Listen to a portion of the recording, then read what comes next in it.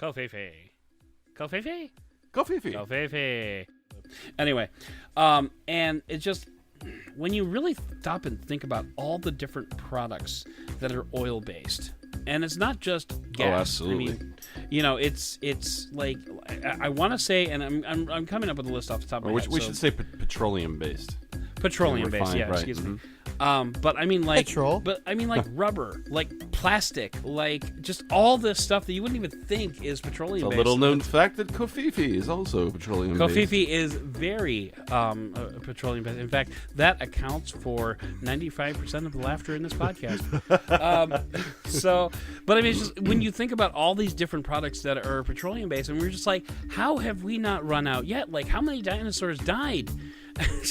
I mean, it's just like, Well, we did have I mean, 65 million years of dinosaurs. No, that's 65 million years ago. Never mind. Hundreds of millions of years, actually billions of years if you think about it.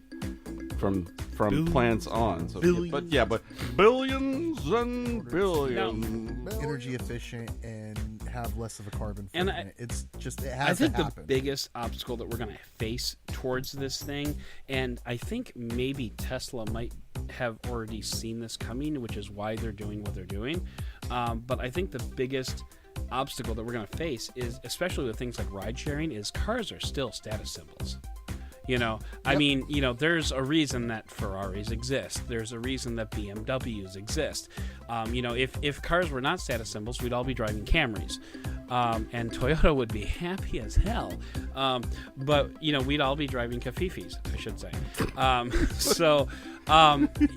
And I think, Tesla saw that and said, let's make a green car a status symbol. And so, Right. That way it'll be like, hey, I'm being all awesome because I've got a Tesla.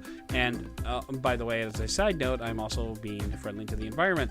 And I'm hoping that eventually down the road, even going farther than the city bike thing, honestly, I think it would be best if we just lined our roads, or at least had very frequent like cars, like parking lots full of cars, where you just walk in, you get into a car, you start it, you drive it wherever you need to go, you leave it there with the keys in it, and you just walk away, and someone else comes and drives it somewhere else, and blah blah blah.